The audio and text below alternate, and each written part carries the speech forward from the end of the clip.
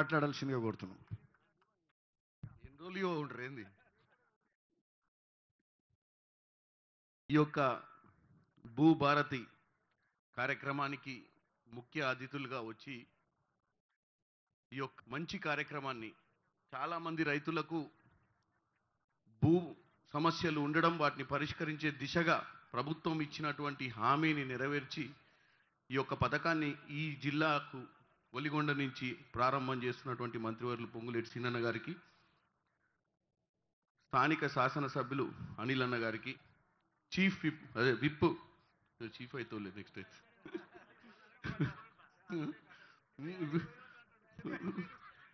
Whip విప్పు బీర్లాయలన్న గారికి, నగర్కల్ MLA Veeresham అన్న గారికి, అలాగే ఇక్కడ చాలామంది పేర్లు ఇప్పుడే అనిల్ అన్న చెప్పిండు కాబట్టి అందరికీ పేరు పేరున వచ్చినటువంటి మండల పార్టీ అధ్యక్షులు, మహిళా చైర్మన్ గారికి, వైస్ చైర్మన్లకు, గ్రంథాలయ చైర్మన్, టీసీపీ గారు, కలెక్టర్ గారు, అడిషనల్ కలెక్టర్, ఆర్డీఓ గారు, చాలామంది కాంగ్రెస్ నాయకులు, ఇక్కడికి వచ్చినటువంటి రైతులు, కిందున్నటువంటి ముఖ్యమైన నాయకులకు కూడా నా హృదయపూర్వక నమస్కారాలు.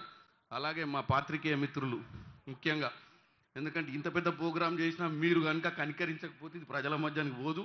ఈ కార్యక్రమాన్ని, ఇంత మంచి కార్యక్రమాన్ని ప్రజల మందని తీసుకెళ్లి చైతన్యవంతులు ఇవ్వాల్సిన అవసరం ఉందని చెప్పి మీకైతే జనరల్గా విన్నపించుకుంటున్నా.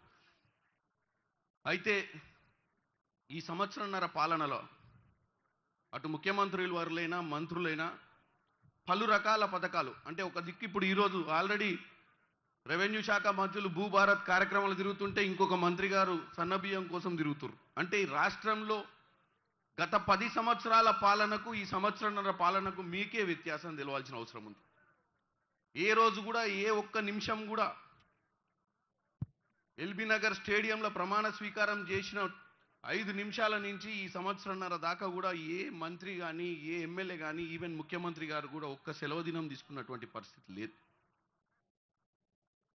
వాళ్ళ ప్రతిపక్షాలు కేవలం దుష్ప్రచారం చేస్తున్నాయి.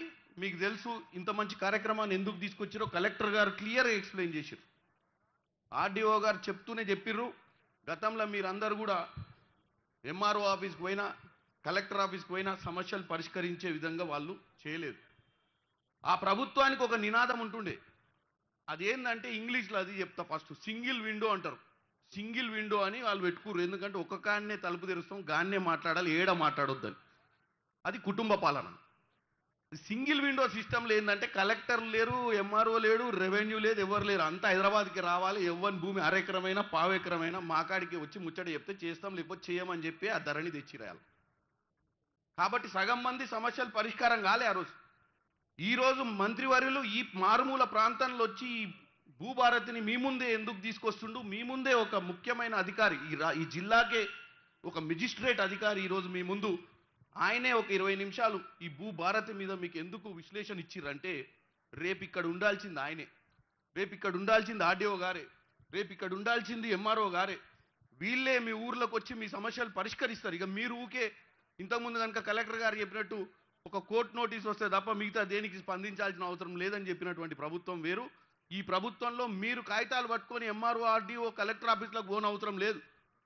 మీ దగ్గరికే రెవెన్యూ చట్టంలో ఉన్నటువంటి అధికారులు వస్తారు, మీ సమస్యలను పరిష్కరించే దిశగా ముందుకు పోతారని చెప్పకనే చెప్పిరు మన కలెక్టర్ గారు. కాబట్టి ఇంకా ఎక్కువ సమయం తీసుకోను, ఎండ ఎక్కువైంది. మంచి కార్యక్రమాలు ఎన్నో చేస్తున్నాం. మాకు మీరు అండగా ఉండాలి. మీరు గెలిపించిన ప్రభుత్వం కాబట్టి ఇది ప్రజా పాలన ఇవ్వాలనుకుంటుంది.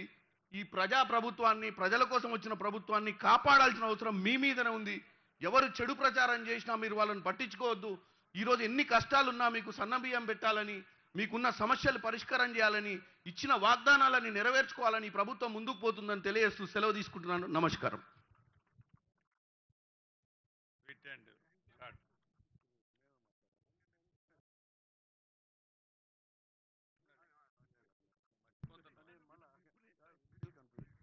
ఇప్పుడు మన ప్రభుత్వ